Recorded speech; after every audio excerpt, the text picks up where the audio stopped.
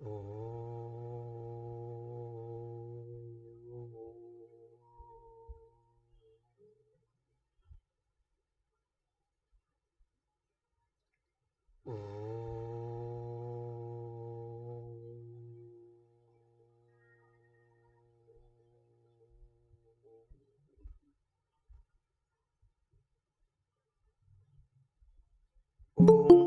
సహనావవతు సహనౌ భునక్తు సహ వీర్యం కరవావహై తేజస్వినావధీతమస్తు మా విద్విషావహై. ఓం శాంతి శాంతి శాంతి. ఓం గురుర్బ్రహ్మా గురుర్విష్ణుః గురుర్దేవో మహేశ్వరః గురురేవ పరం బ్రహ్మ తస్మై శ్రీ గురవే నమః. ఓం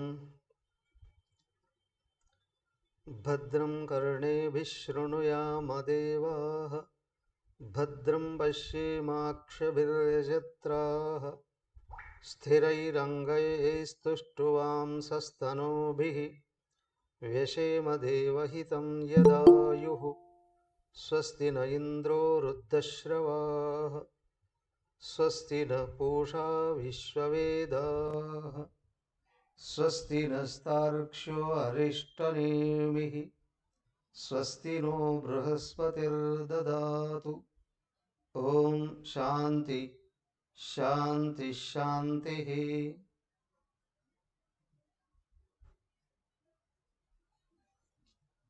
హరి ఓం. మాండుక్య ఉపనిషత్ 3వ అధ్యాయం అద్వైత ప్రకరణంలో 22 శ్లోకాల వరకు వచ్చాం.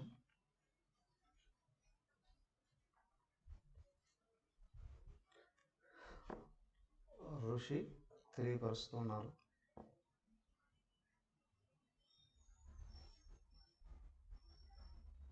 స్వభావములో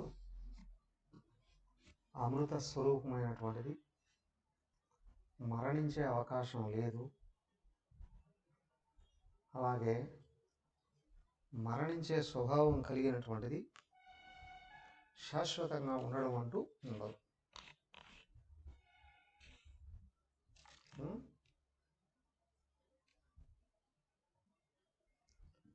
కాబట్టి ఇక్కడ శాశ్వతమైనటువంటి ఆత్మతత్వం ఎలాగా మరణస్వరూపమైనటువంటి ప్రపంచంగా మారుతుంది.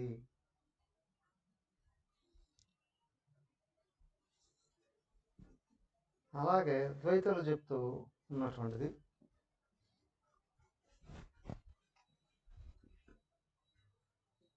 నిరంతరం మారిపోయే ప్రపంచం శాశ్వతంగా ఎలా ఉంటుంది?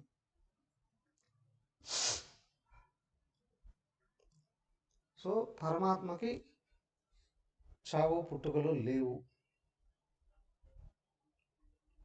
మార్పులు లేవు, ఒక్కడే ఉన్నాడు. మరి అనేకమైన ప్రపంచం ఎక్కడి నుంచి వచ్చినట్లు? అయ్యా ఇది నిజం కాదండి, నువ్వు చూస్తూ ఉన్నప్పటికి కూడా స్వప్న తుల్యమే.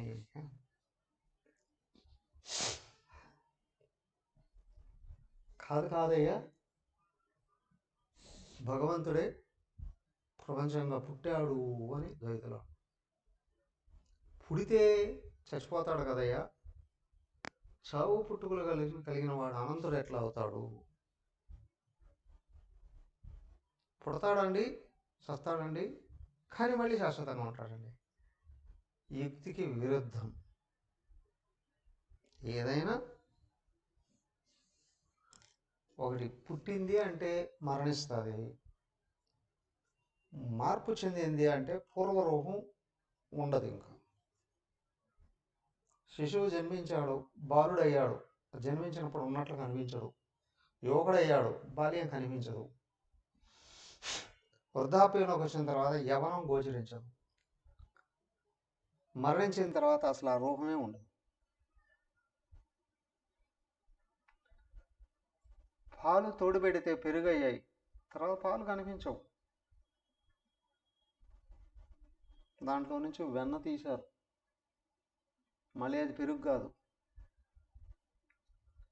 వెన్న కాచి నెయ్యి చేశారు. అది మళ్ళీ వెన్న కాదు, పాలు కాదు, పెరుగు కాదు, వెన్న కాదు.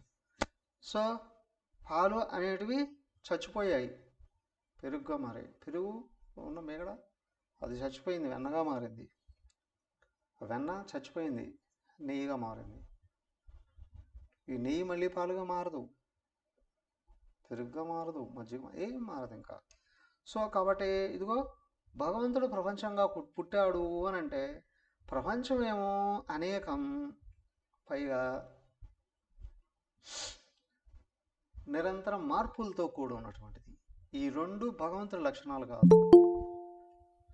భగవంతుడు ఏకం, మార్పులకు అతీతం, జననమరణాలు లేనివాడు. సో ప్రపంచం స్వభావం పరమాత్మ స్వభావానికి అసలు ఏమీ సంబంధమే లేదు. కాబట్టి భగవంతుడు ప్రపంచంగా పుట్టాడు అని అంటే ఆయన కూడా పుట్టాడు చచ్చాడు అని అర్థం. పుట్టి చచ్చేవాడు శాశ్వతంగా ఎలా ఉంటాడు?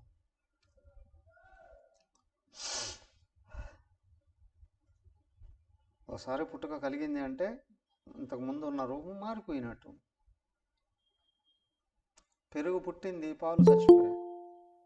ప్రపంచం పుట్టింది, భగవంతుడు చచ్చిపోయి ఉండాలి. చచ్చిపోయిన వాడు శాశ్వతంగా ఎక్కడ ఉంటాడు?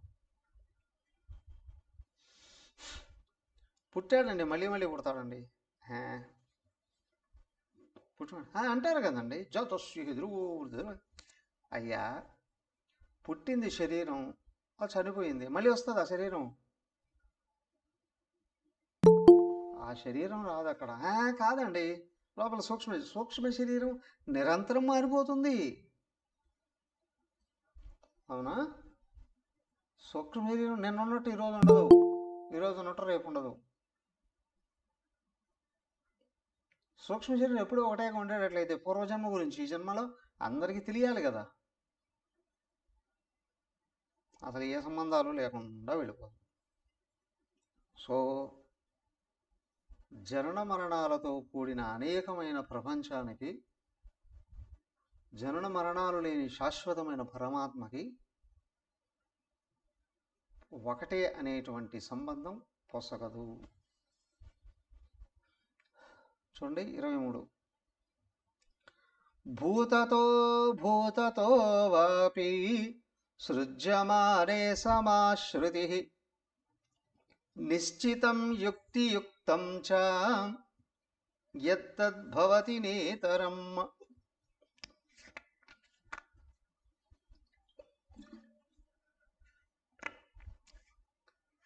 అయ్యా, సృష్టి ఉన్నది, శాశ్వతము సత్యము అని. సృష్టి ఉన్నది కాబట్టే కదా సృష్టి గురించి చెప్తూ ఉంది. మరి అలాగే సృష్టి లేదు అనే విషయం కూడా చెప్తుంది. ఈ రెండు ఎట్లాగా పొసుకుతాయి అని అడగచ్చు ద్వైతులు. నిశ్చితం యుక్తియుక్తంచ ఎత్తద్భవతి నేతరం. అయ్యా, సందర్భాన్ని బట్టి బోధించడం అనేది జరుగుతుంది. సాధకుడి యొక్క అర్థం చేసుకునే శక్తిని బట్టి ఇక్కడ చెప్పబడుతుంది. అంతేగాని సృష్టి సత్యం అసత్యం అనేది రెండు నిజం కాదు. సాధకుడు అర్థం చేసుకోవడం కొరకు చెప్పబడుతుంది. చెప్పారుగా, ఈశావాస్యోపనిషత్తులో చెప్పారు, భగవద్గీత 9వ అధ్యాయంలో చెప్పారు. మయా తతమిదం సర్వం జగత్ అవ్యక్తమూర్తినా మత్స్థాని సర్వభూతాని నచాహం తేష్వస్థితః నచమస్తాని భూతాని పశ్యమే యోగమైశ్వరం. అవ్యక్తమైన నా స్వరూపం చేత ప్రపంచం అంతా వ్యాపించబడి ఉంది. ప్రపంచం నాలో ఉంది కానీ నేను దాంట్లో లేను. అయ్యా, ప్రపంచం కూడా నాలో లేదు పో అని ఎంత విరుద్ధమైనటువంటి మాటలు మాట్లాడుతుంది ఏంటండి? తదేదసి తన్నైజతి తద్దూరే అదంతివి. అయ్యా, అది కదులుతుంది, అది కదలదు. అది దూరంగా ఉంది, దగ్గర ఉంది.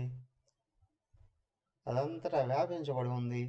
కాదు కాదు కాదు, లోపలంతా వ్యాపించబడి ఉంది. బయటంతా వ్యాపించడం, లోపలంతా ఇదేంటండి, రెండు వైరుధ్యమైనటువంటి పదాల గురించి బోధిస్తూ ఉన్నారే అని అనొచ్చు నువ్వు. ఇదిగో నేను ఒక ప్రశ్న అడుగుతా, జవాబు చెప్పు. స్వప్నం ఉందా లేదా? ఉంటేనే కదండి కనిపించింది. అవునా కదా? కళ కన్నాను, కళ ఉంటేనే కదా కనిపించేది. సరే, నువ్వు ఒప్పుకుంటున్నావు కదా, మరి చూపించు నాకు. కళ ఉన్నది అని అంటున్నావు, చూపించమంటే లేదు అంటున్నావు. వాడావు కదా రెండుసార్లు, రెండు రకాలుగా పదాలు. కళ ఉన్నది కానీ లేదు. అవునా? నువ్వెవరో మర్చిపోయి నిద్రపోతూ ఉండేటప్పుడు కళ కనిపించింది, మేల్కొని చూస్తే కళ లేదు. రెండు పదాలు వాడావుగా, ఉన్నది లేదు, సత్యం అసత్యం. మెలకువ ప్రపంచం ఉన్నది, మరి కళ్ళలోకి వెళితే ఇది లేదు. మేల్కొన్న తర్వాత మళ్ళీ ఉంది కదండి. అఫ్ కోర్స్ ఈ జన్మలో నీకు కనిపించింది మళ్ళీ వచ్చే జన్మలో కనిపిస్తుందా? దీనికి దానికి ఏమి సంబంధం లేదు. చాలామంది అనొచ్చు, నేను వేదాంత ఉపన్యాసాలకు రాకముందు ప్రపంచం గురించి ఆశ్రమంలో కోర్సులు జరుగుతుంటాయి, ధర్మేర కోర్సులు ఉండేటప్పుడు ఫస్ట్ వస్తూనే వాళ్ళు కొన్ని అడిగేవాడు, ప్రపంచం గురించి ఏమనుకుంటున్నావు, నీ గురించి ఏమనుకుంటున్నావు, ఇతరుల గురించి ఏమనుకుంటున్నావు, భగవంతుడి గురించి ఏమనుకుంటున్నావు. ఈ భావాలు గుర్తుపెట్టుకోండి కొద్ది రోజులు అయిపోయిన తర్వాత మళ్ళీ అడిగితే, అమ్మో నేను అలాగా ఒక జీవితం అంటే అదే అనుకున్నాను, అస్సలే అదంతా నిజంగా అదని తెలుస్తుంది. జీవితం వేరుగా ఉంది, జీవితం బయటే అనుకున్నాను, జీవితం లోపలే ఉందని తెలుస్తుంది. అవునా కాదు? ఏంటి, అజ్ఞానంలో ఉన్నప్పుడు ఏమో ఊహించుకోవడం జరుగుతుంది. జ్ఞానంలోకి వచ్చిన తర్వాత దీనికి కూడా ఒక పద్ధతి ఉందండి, కానీ విధి విధానం ఉందండి అనే విషయం స్పష్టంగా కనిపిస్తుంది ఇక్కడ కదా. ఏంటి, లోపల మార్పులు జరుగుతూ ఉన్నాయి. అస్సలు సత్యంలోకి వెళ్ళి చూసిన తర్వాత ప్రపంచం స్వప్న తొలియో,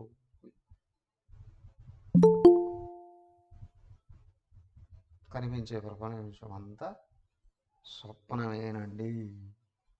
నువ్వు తత్వాన్ని గుర్తించినప్పుడు నిద్ర నుండి మేల్కొన్న తర్వాతనే కదా స్వప్నం కరెక్ట్ కాదు అని అంటున్నది. అలాగే ఆత్మలోకి మేల్కొన్నావా, జాగ్రత్త కూడా నిజం కాదు అనే విషయం బయటపడుతుంది. ఆత్మలోకి మేల్కొంటూనే కదా. నిశ్చితం యుక్తియుక్తంచ ఎత్తద్భవతి నేతరం. యుక్తియుక్తం నిశ్చితం, నీలో యుక్త అయుక్త విచారణ వచ్చిన తర్వాత చెప్పు.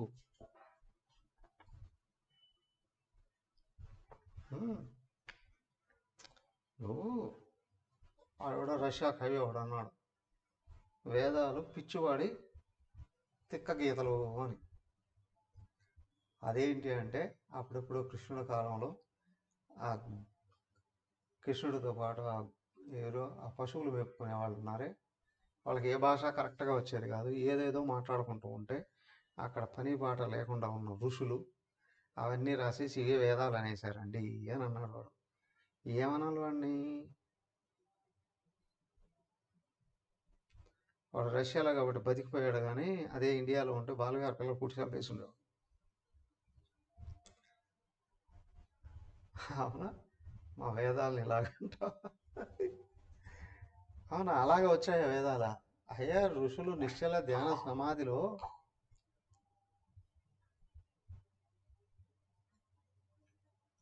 విన్నారండి, అందుకే శృతులు అన్నారండి, భగవంతుడి నుండే విన్నారండి. వాడేంటి పిచ్చిగీతలు అంటాడే, వాడికి తెలిసింది అది. ఆ లోపల కొంచెం, ఇప్పుడు కమ్యూనిస్ట్ వాడు కదా, ఆస్తికత్వం ఆస్తిక్యాన్ని ఒప్పుకోడు.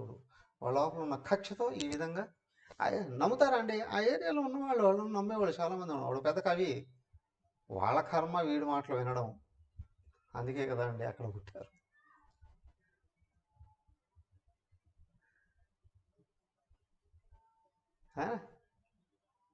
అదేంటండి మరి వేదాల్లో ఈ విధంగా చెప్పారు కదా, దాన్ని విపరీత ఆభాస అలంకారం అంటారండి.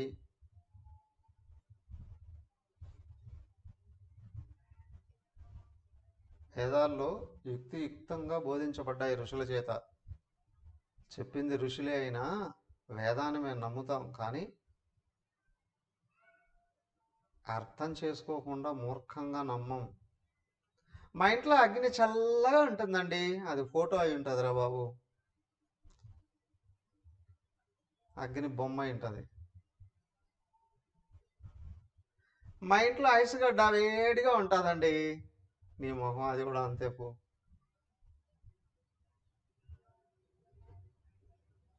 అలాగే వేదాలు చెప్పవు.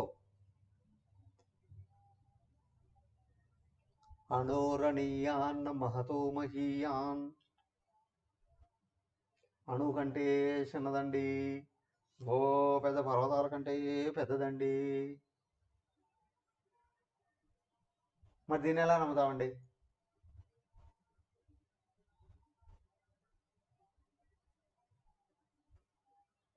లోతుల్లోకి వెళ్ళి చూడు.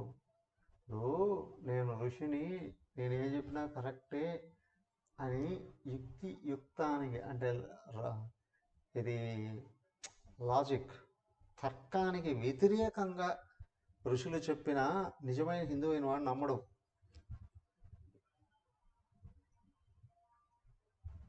వాళ్ళు ఋషులు చెప్పింది నిజమే అని ఎప్పుడు నమ్ముతున్నాడు? వాళ్ళు తర్కానికి వ్యతిరేకంగా బోధించరు, తార్కికంగా నిరూపిస్తారు. కాబట్టే ఋషి వేదాల్లో చెప్పాడు అన్నప్పుడు అది ఖచ్చితంగా నమ్ముతాం. ఎందుకు? వేదం చెప్తుంది, నమ్మేస్తాం. ఋషి చెప్పాడు, నమ్మేస్తాం. ఎందుకంటే వాళ్ళు తార్కికంగా బోధించున్నారు, అక్కడ నిరూపణ చేసి ఉన్నారు. నీ బుద్ధికి అర్థం కాక రెండు పదాలని వ్యతిరేక భావాలతో నువ్వు అర్థం చేసుకుంటే ఉండుండొచ్చు, కానీ ఇక్కడ వేదంలోను ఋషులు బోధించినటువంటిది తర్కానికి వ్యతిరేకంగా లేదు, తార్కికంగానే బోధించబడింది. కాబట్టి జనన మరణ స్వభావం లేనిది సృష్టించబడింది అనడానికి వీలు లేదు, సృష్టించబడినటువంటిది శాశ్వతమైంది అనడానికి కూడా వీలు లేదు. మరి ప్రపంచం శాశ్వతం అని అక్కడ అన్నారు కదా, ఊర్ధ్వమూలమదశాకం అశ్వత్థం ప్రాహురవ్యయం. తలక్రిందులుగా ఉన్న రావి చెట్టు అండి శాశ్వతమైంది అని చెప్పారే. అక్కడ చెప్పబడింది వేరు. ఇప్పుడు గుడిసెకు బిల్డింగ్కు పోల్చినప్పుడు శాశ్వతం అండి, శాశ్వతం అండి అని అంటారు అంతే. మరి బిల్డింగ్ శాశ్వతమా? బిల్డింగ్ శాశ్వతమా?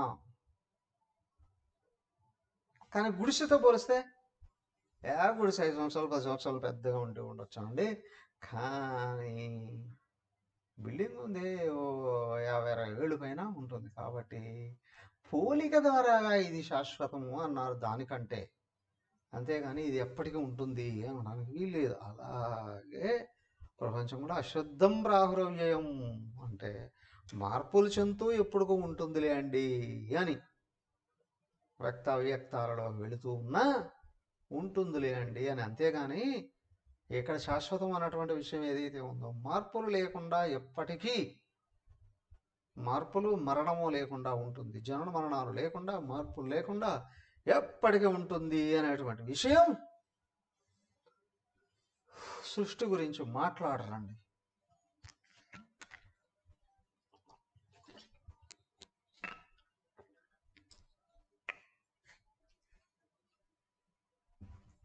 కాబట్టి పరమాత్మ దగ్గరకు వచ్చేటప్పటికి అర్థం చేసుకునేటువంటి సాధకులకు చెప్పేటప్పుడు ఏమన్నారు? పరమాత్మ ఒక్కడే ఉన్నాడు, ఆడే నిజం, వాడికంటే అన్యంగా ఏమీ లేదు. మరి అనేకంగా ఏదైనా కనిపించినా అది కేవలం భ్రమ మాయ మాత్రమే. ఒప్పుకుంటారా ఒప్పుకోరా? ఒప్పుకుంటారా ఒప్పుకోరా? ఒప్పుకున్న వాళ్ళకి మాత్రమే క్లాసు వినే అర్హత. లేకపోతే మేము పంపించేస్తారండి, మీ ఇంట్లో మీరు ఉన్నారు, మేము పంపించేది ఏముంది? అవునా? సో అర్థం కాదు, క్లాస్లో ఉండి టైం వేస్ట్ కదా. ఒప్పుకుంటే అర్థం అవుతుంది అని అర్థం. సరే, ఉపనిషత్తులు ఏం చెప్పారు చూడండి ఆత్మ గురించి. నేహనానేతి చామనాయాత్ ఇంద్రో మాయాభిరత్యపి అజాయమానో బహుధా మాయయా జాయతే తు సహ. అయ్యా, ఉపనిషత్తులో చెప్పారు నేహనానేతి చ ఆమనాయాత్. ఆమనాయాలు వేదాలు, నేహనానేతి. ఇక్కడ అనేకత్వం లేనే లేదయ్యా, ఒక్కడే పరమాత్మ మాత్రమే ఉన్నాడు. నీ మాటలు మేము వినడానికి ఏమైనా పిచ్చోళ్ళం అనుకున్నావా? మా చెవులో పువ్వు ఏమైనా పెడుతున్నాం అనుకున్నా? అసలు నువ్వు బోధిస్తున్నావు, మేము వింటున్నాం కదయ్యా, మేము కనిపిస్తున్నామా లేదా? అనేది లేదు అని అట్లా అంటావు. బాలా అని వాడారు అక్కడ, బాలా. చిన్నపిల్లలు అనుకుంటారయ్యా ఇది నిజమని. కాకపోతే మరి ఎట్లా వచ్చింది? ఇంద్రో మాయాభిరత్యపి. ఆ ఇంద్రుడు ఉన్నాడు, మాయ చేశాడండి అంతా కానీ. దర్పణ దృశ్యమాన నగరీ తుల్యం నిజాంతర్గతం.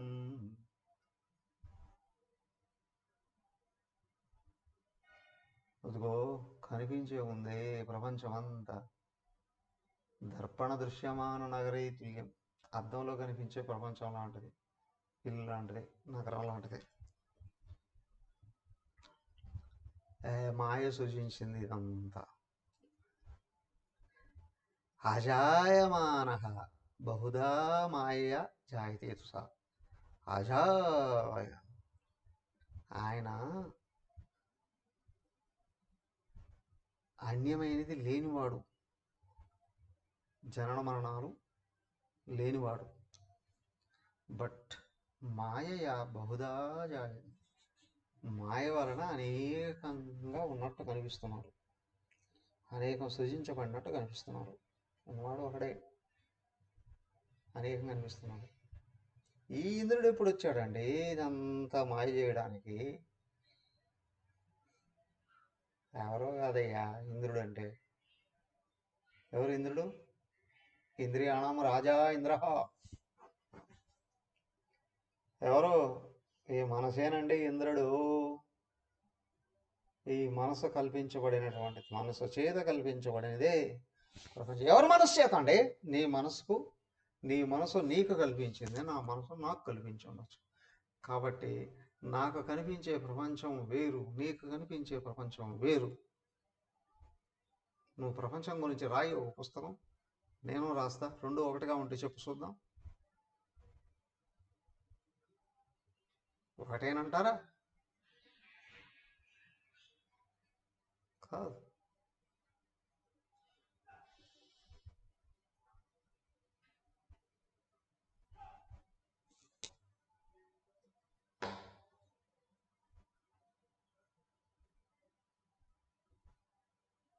పంచపుష్పబాణా తన్మాత్రా.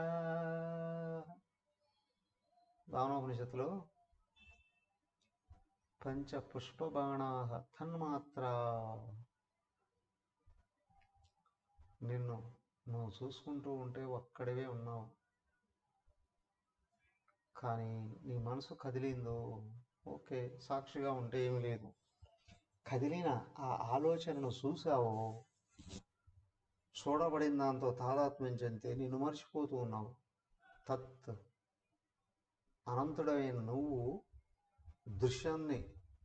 దృశ్యంతో తాదాత్మ్యం చెందుతూనే మాత్ర పరిమితులు అయిపోతున్నావు. ఏం కనిపించిందండి? తత్ మాత్రా పంచపుష్పబాణా. పంచపుష్పాలతో కలిగిన బాణం ఇక్కడ మన మొదటి వివరించారండి. ఇక్కడ చూడు, అమ్మవారి చేతిలో పంచపుష్ప బాణం ఉంటుంది, చెరుకు గడ. మనహ ఇక్షుధను, పంచపుష్పా బాణా. చెరుగుగడే మనస్సే చెరుగుగడ అన్నారు. అవునా, ఆ మనసే సూచిస్తుంది 5 రకాల విషయాలు, శబ్ద స్పర్శ రూపరసగంధాలు. వాటిని చూసి తాదాత్మ్యం చెందావు, అవే బాణం కొట్టేస్తుంది హృదయంలో. ఏకత్వం ఎగిరిపోతుంది, జ్ఞానం ఎగిరిపోతుంది. అప్పుడు కనిపించేదాన్ని వెంట పడుతూ ఉన్నాం. హాయిగా ధ్యానం చేసుకుంటూ ఉన్నాడు. ఆ మనమందరూ వచ్చి బాణం వేశారు, మనసు చెదిరిపోయింది. అటు చూసాడు పార్వతిని, రోజు చూస్తూనే ఉన్నాడు. ఆహా, ఎంత అందంగా ఉంది అనిపించింది.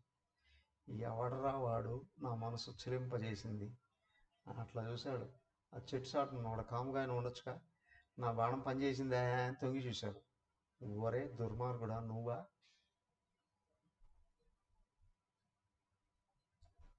మూడో కన్ను తెరిచాడు, భస్మం అయిపోయింది. జ్ఞాననేత్రం తెరిచాడు. మన మనసును కదిలించిన విషయం భస్మం అయిపోయింది.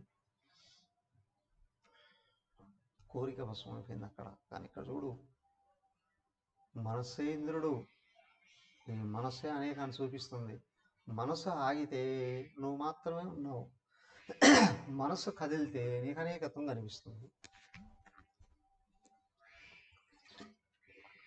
అయం అజహ, ఈయన అజుడు. బహుదా మాయయా జాయతే తు సహా, మాయ చేతనే అనేకంగా ఉన్నట్టుగా గోచరిస్తూ అనేకం పుట్టినట్టుగా. మనసే కీలకం.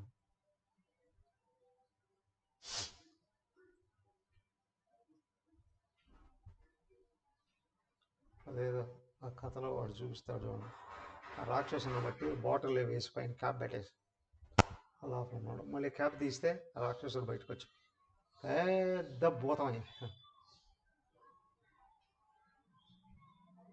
నరుడా నీకేం కావాలను చెప్పు, నీ ఇస్తా. ఈ మనసే ఉన్నది, నువ్వు ఒక్కడవేనయ్యా బాబు. ఈ మనసు కదిలిందా, నీకేమో ఇస్తా, ఏమో ఇస్తా, ఏమో ఇస్తా అని తీసుకెళ్ళిపోయి ఎక్కడ తోసి ముంచి పారేస్తుంది.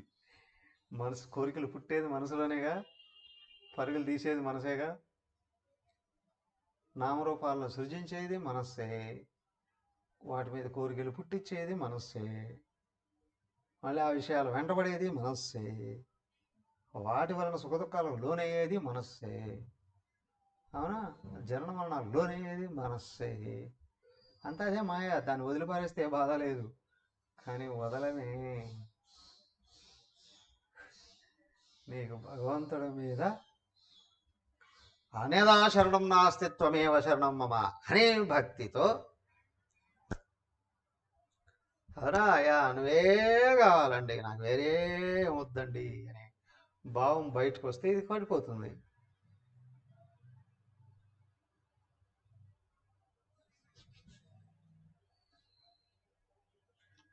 అంతటిదాకా మనలో నుండి పుట్టిన ఈ మనసు మననే ఎక్కి సారీ చేస్తూ ఉంటుంది.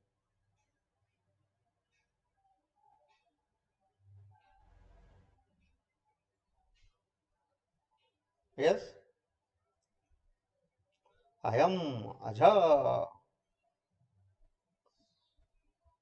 మాయయా బహుదా జాయమానకు సహా, మాయ చేతనే ఆయనే.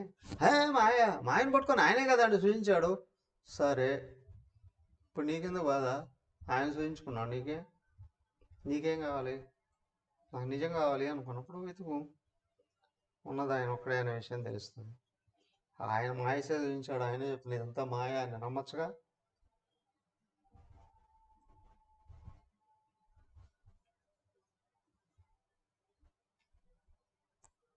నమ్మచ్చు కదా.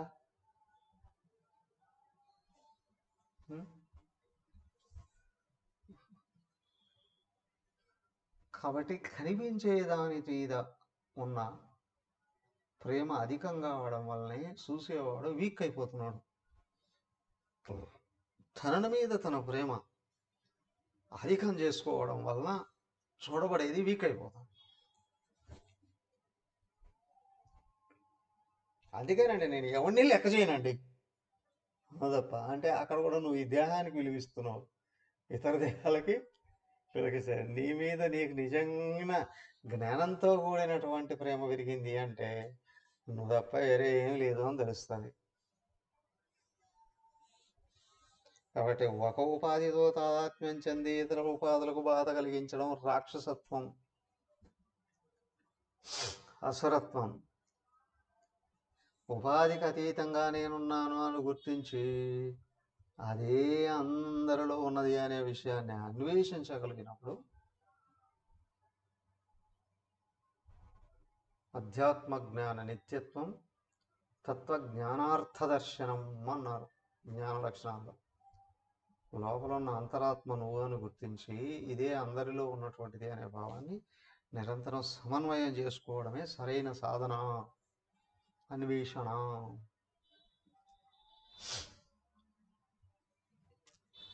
ఏమంటారు?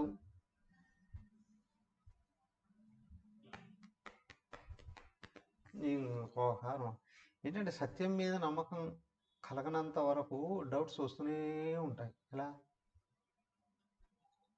చూడండి, సంభూతేరపవాదాచ్చ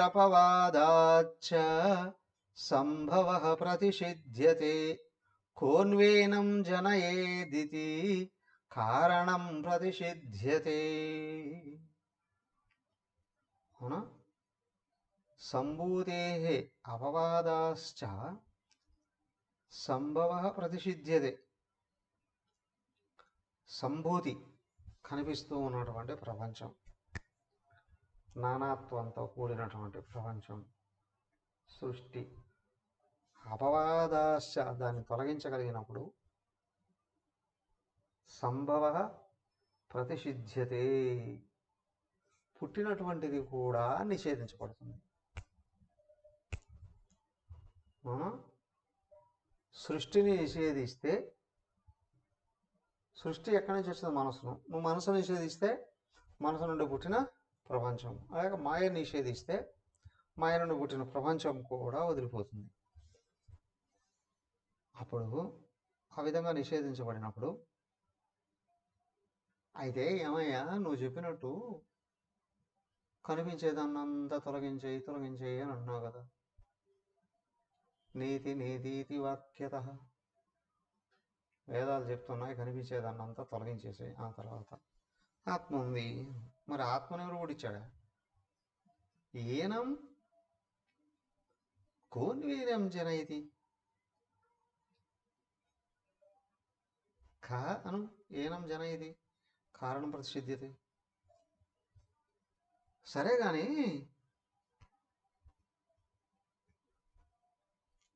మరి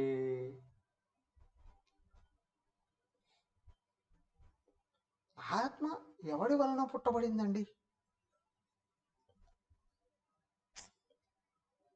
అని ప్రశ్న అడుగుతామేమో. నీకు ముందు కనిపించేదాన్ని తోసేయి, కనిపించేదంతా తోసేవయ్యా.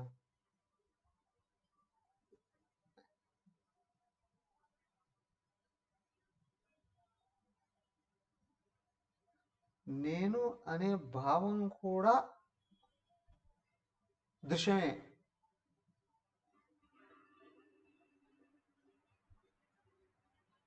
అవునా? కాబట్టి అది కూడా తోసివేయబడాలి. తోసివేసే ముందు పూర్తిగా తోసేస్తే ఏం మిగులుతుంది? ఇక కనిపించబడేది ఏముండదు, నువ్వుగా మిగులుతావు.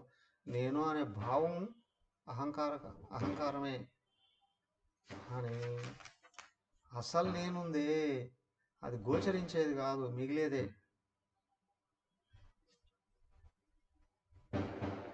అవునా? దానికి నామం లేదు, రూపం లేదు, కాబట్టి అది గోచరమయ్యేది కాదు.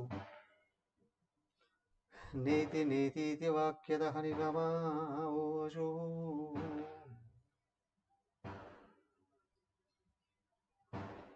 దృశ్యాన్ని తోసేయి. అహం నేను అనే భావం అది కూడా అహంకారం, అది కూడా తోసేయి. ఏం మిగులుతుంది? అంటే మిగిలింది దానికి నామం లేదు, రూపం లేదు. దాన్ని కూడా పుట్టించాడు. రూపం ఉంటే కదా పుట్టించడానికి. రూపం ఉన్నప్పుడు పరిమితి ఉంది.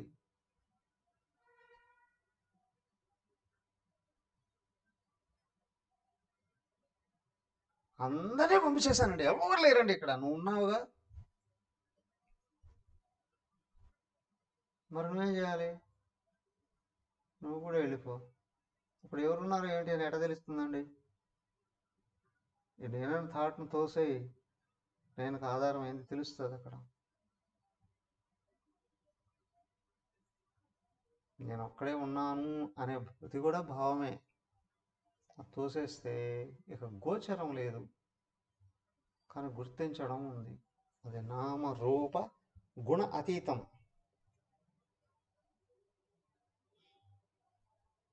దేశకాల విషయ అర్థివర్తీయతు.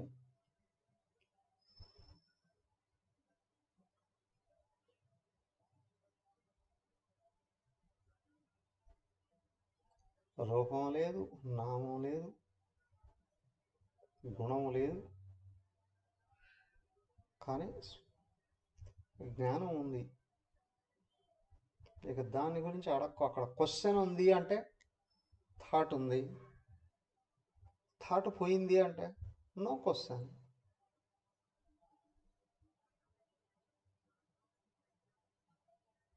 ఇలాంటి ప్రశ్నే వేసింది అక్కడ గార్గి యాజ్ఞవల్కుని. ప్రశ్నిస్తే తలకాయ పగిలిపోతుంది, జాగ్రత్త అన్న. ప్రశ్నించేది బుద్ధే, బుద్ధి తలకాయలో ఉంటుంది కదా. థాట్లు వేస్తే కదా నువ్వు క్వశ్చన్ చేయడానికి. థాట్ ఆపితే ప్రశ్నించేవాడే లేడు అక్కడ, ఆధారం అయింది తప్ప.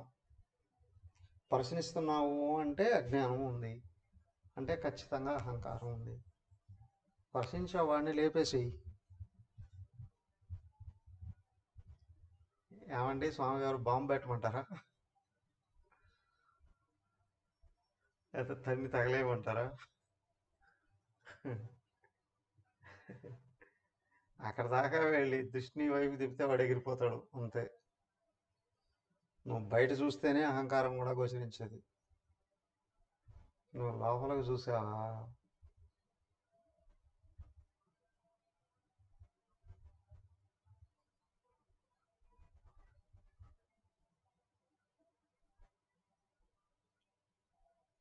నో థాట్,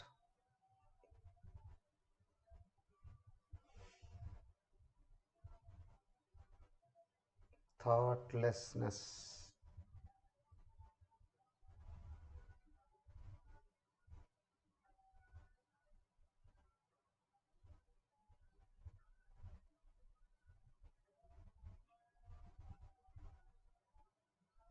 అదే నువ్వు, అదే అంత. సర్వం కల్విదం బ్రహ్మ నేహ నానాస్తి కించన. ఎస్, 26 చూడండి. సయేష నేతి నేతీతి వ్యాఖ్యాతం దిహ్నుతే యతః సర్వమగ్రాహ్య భావేన హేతునాజం ప్రకాశతే. సహ ఏషః, సహ అన్నాడే పరమాత్మ. ఏషః ఈ ఆత్మ కూడా అయినాడు, బట్ కనిపించేది, గోచరించేది కాదు. నేతి నీతి ఏది వాక్యత నిహృతేయత. అయ్యా నీ గోచరించిందంతా ఇది కాదు, ఇది కాదు, ఇది కాదు, ఇది కాదు, ఇది కాదు అని తోసేస్తూ తోసేస్తూ తోసేస్తూ పోతే ఆ తోసేసినోడు ఉన్నాడు కదా అండి అని అంటారు ద్వైతులు. గోచరించేదంతా తోసేవయ్యా, చూసేది మిగిలిపోతుంది. ఇక చూడబడడం అంటూ కూడా లేదు. మరి వాడు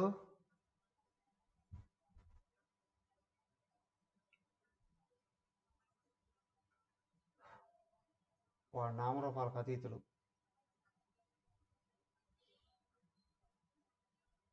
థాట్ రానియకు, అది మిగిలిపోతుంది. సర్వం అగ్రాహ్య భావేన హేతునాజం ప్రకాశతే. సర్వం నీకు చేత కనిపించేదంతా తోసేసావు అనుకోండి, అగ్రాహ్య భావేన హేతున, ఇంకే గ్రహించడానికి ఏమీ లేదండి అనే స్థితికి గాను నువ్వు వెళ్ళగలిగేటట్లయితే అజం ప్రకాశతే, పుట్టుక లేనివాడు తెలియబడతాడు.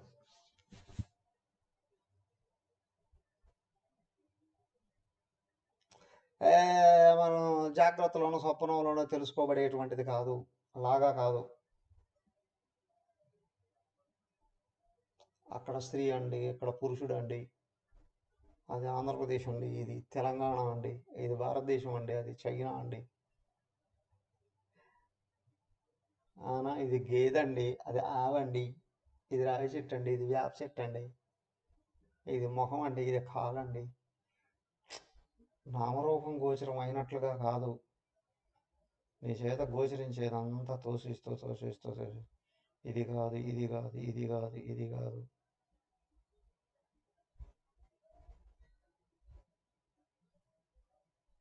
తోసివేయగలిగితే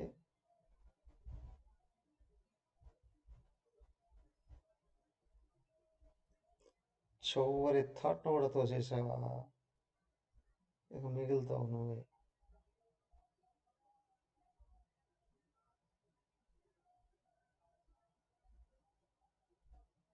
కళ్ళు తీస్తే నామరూపాలన్నీ కనిపిస్తాయి, కళ్ళు మూస్తే లేదు. మరి చెవులు ఎట్లా మూస్తామండి? ఆయన చెప్పేవారు రమణ మహర్షుల వారు, కాటను లక్క ఉంటుంది మైనంతో కలిపి చెవుల్లో పెట్టుకుంటే ఏమీ గోచరించదండి.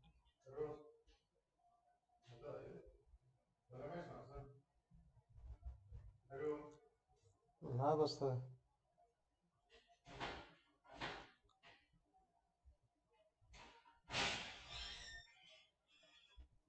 ఏమీ గోచరించదు అప్పుడు.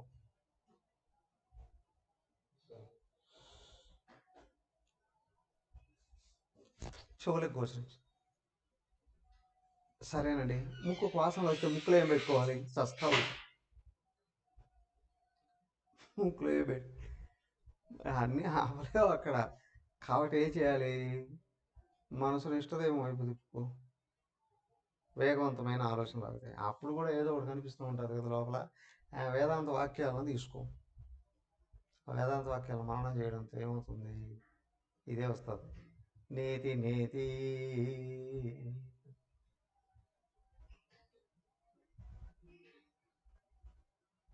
అవ్యక్తం అవ్యవహార్యం అచింత్యం అప్రమేయం. నిషేధ వాక్యాలే అవన్నీ.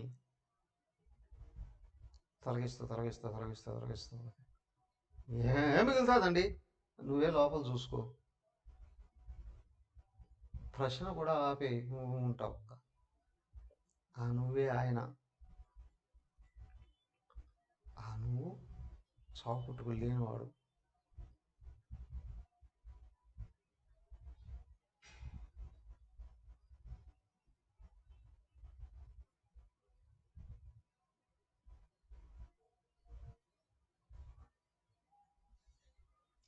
ఆ నువ్వే చావు పుట్టుకులు లేని తత్వం.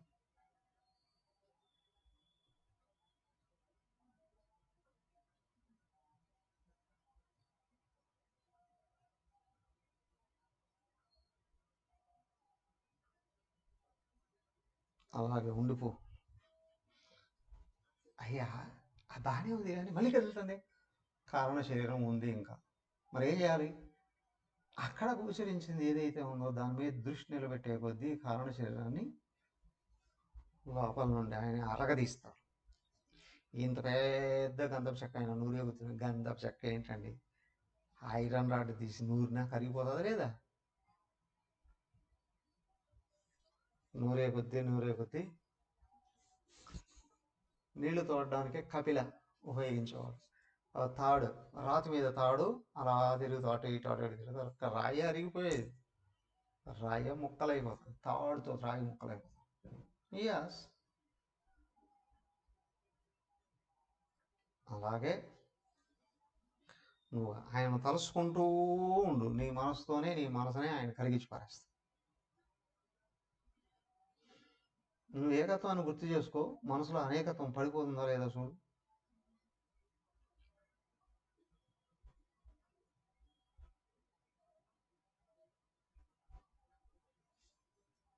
అవునా? సర్వం అగ్రాహ్యభయమైన హేతున అజం ప్రకాశతే. సర్వం నీకు గోచరించేదంతా పట్టుకోకు, దాన్ని నిలబెట్టకు, తోసేయి. నేతి నీతి నీకు గోచరించింది కాబట్టి ఇది కాదు, ఇది కాదు, ఇది కాదు, ఇది కాదు, ఇది కాదు. అజం ప్రకాశతే, చూవరికి అజం అది మిగిలిపోతుంది. సతో హి మాయయా జన్మ యుజ్యతే నదు తత్వతః తత్వతో జాయతే యస్య జాతం తస్య హి జాయతే. మాయయా జన్మ సతః హి అయా సతః హి మాయయా జన్మ. సత్తులో మాయ ఉందండి, మాయ నుండి ఇవన్నీ పుట్టాయండి అన్నారు కదా. త్రిగుణాత్మిక మాయా పరమాత్మ ఆశ్రయ బ్రహ్మాశ్రయ త్రిగుణాత్మిక మాయా అస్తి. బ్రహ్మను ఆశ్రయించి ఉన్న మాయే, ఆ మాయ నుండి గుణాలు వచ్చాయి, గుణాల నుండి తన్మాత్రలు వచ్చాయి, తన్మాత్రల నుండి పంచిపోతాలు నుండి తదించబడింది. అసలు అది మాయ కదా, దాన్ని కొట్టు ఒక దెబ్బ. తత్వతః జన్మ నతు ఇచ్చేది. నువ్వు తత్వాన్ని చూడగలిగినప్పుడు, లేదా నువ్వు తరచు చూసినప్పుడు మాయ నుండి పుట్టినటువంటిది ఏది కూడా నిలబడదు. అట్లా వచ్చి ఇట్లా మారి వెళ్ళిపోతుంది, శాశ్వతంగా నిలబడట్లేదు. అవునా? పరమాత్మను మాయ శాసించబడింది ఇదంతా కూడా అని దృష్టి పరమాత్మ వైపు తిప్పేటప్పటికి మాయ కరిగిపోతూ ఉంది. పరిశీలిస్తే మూలం నువ్వేం పరిశీలించకుండా ఆయన జస్ట్ ఊరిగా గమనిస్తూ ఉన్నాయి. పుట్టింది ప్రతి ఒక్కటి పోతూనే పోతుంది కదా. అవునా కదా? పుట్టిన ప్రతి ఒక్కటే పోతూనే ఉంది కదా. ధనతరది మరణం చెందుతూనే ఉంది కదా. నిజం కాదుగా? తత్వతః జాయతే యస్య జాతం తస్య జాయతే. సరేనండి, అది కాదండి, పరమాత్మయ్యనండి ప్రపంచంగా పుడుతున్నాడండి అన్నప్పుడు సరే పుట్టాడు, ఆయన కూడా చచ్చిపోతాడు కదా. లేదండి, మళ్ళీ సృష్టిలో పుడతాడండి, మళ్ళీ లైన్లో చచ్చిపోతాడండి, సృష్టిలో పుడతాడండి మళ్ళీ. అది ఎట్లా అండి? ఒకసారి చచ్చిపోయింది మళ్ళీ పుడుతుందా? చచ్చిపోయింది అంటే నశించిపోయింది అనే కదా అర్థం.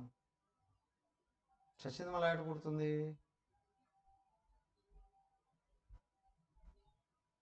చావు పుట్టుకలో ఉన్నది శాశ్వతం ఎలా అవుతుంది కదా?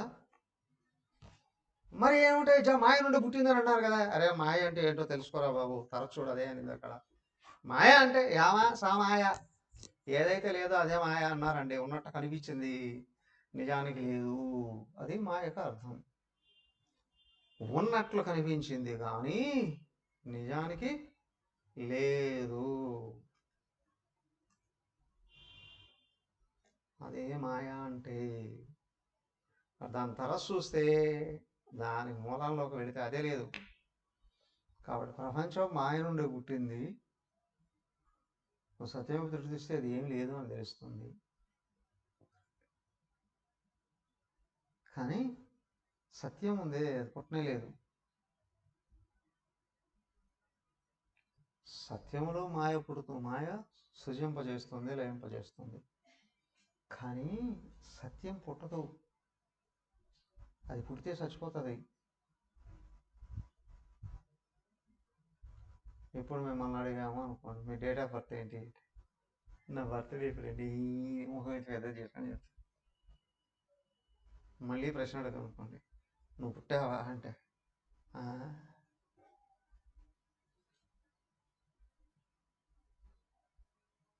అవునా? నువ్వు దేహమా ఆత్మ? ఆత్మేనండి. ఆత్మ ఎప్పుడు పుట్టింది అంటే నీ బర్త్డే ఉందా? బర్త్డే ఉందండి. డెత్డే ఎప్పుడు? ఒళ్ళు మండుతుంది. బర్త్డే ఉన్నప్పుడు డెత్డే తప్పనిసరిగా ఉంటుంది కదా, ఎందుకు మూసి పెట్టుకుంటావు? హే పుట్టింది పోతుంది, కానీ నేను చావు పుట్టుక లేనివాడిని. నేను అజం, అమృతం, శాశ్వతం, అనంతం. నేను మీద దృష్టి పెట్టు, సత్యం తెలుస్తుంది. హరి ఓం. ఓం సర్వే భవంతు సుఖినః, సర్వే సంతు నిరామయాః, సర్వే భద్రాణి పశ్యంతు, మా కశ్చిత్ దుఃఖభాగ్ భవేత్. ఓం శాంతి శాంతి శాంతి. హరి ఓం. శ్రీ గురుభ్యో నమః. హరి ఓం.